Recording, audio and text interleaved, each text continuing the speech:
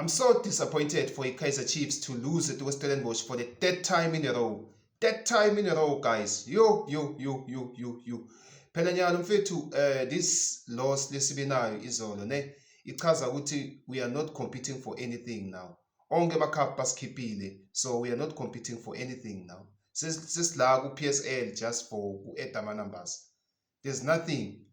Yabona. So mina ngiyakubuza ukuthi i-management ye-Kaizer Chiefs nayi-appointa these two stupid coaches, these two interpreters. Beba-expecte yini kahle kahle? Beba-expecte ukuthi batowina i-league or batowina ama-cup? What was their expectations? Because yeah, the Kaizer Chiefs guys iyadropa and ama-team lamaningi lalandela i-Kaizer Chiefs seka-pick upile. I think nabangaba na-3 ama-losses batophuma naku-top 8. Just nga-3 losses. Buka ilokho kahle uyi-analyze. Utobona nje ukuthi it will take i-Kaizer Chiefs 3 ama-losses ukuthi baphume ku-top 8. So kufanele kwathi lo ukuthi akhona ama-chances ukuthi singaphuma ku-top 8. I'm so disappointed guys. Inhliziyo yami ibuhlungu and then we are going to play against the Orlando Pirates.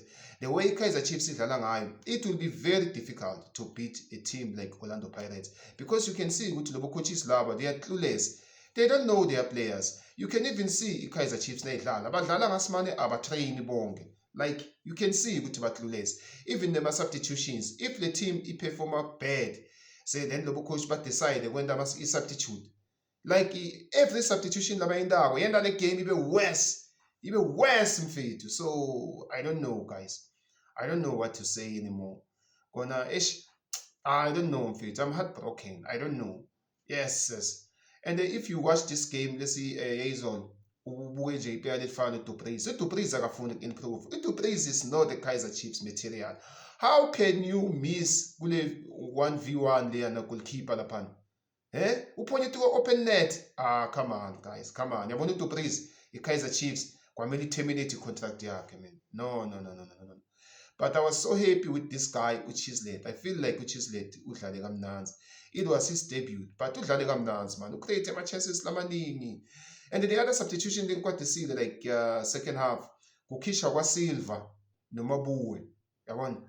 Then we were playing without a number 9, and we know Guto Silva can score out of nothing.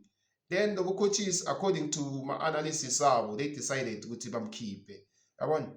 It all provekile ukuthi i-experienced coach iyakhona ukurida i-game just like uGavinant. Nimbonile ukuthi game beyimlahlekele first half, then second half wapick up wayewina i-game. So uyabona mfethu akumatima coordination matima guys yo